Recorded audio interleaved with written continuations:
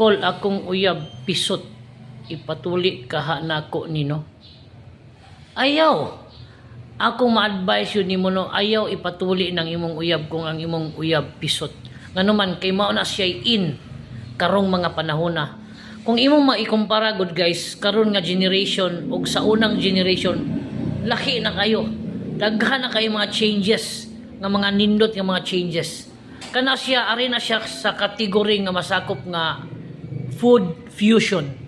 Kaya kag usa ng food fusion, mga klase-klaseng pagkaon nga nanay combination ba. No nanay mga gipang combine nga pagkaon.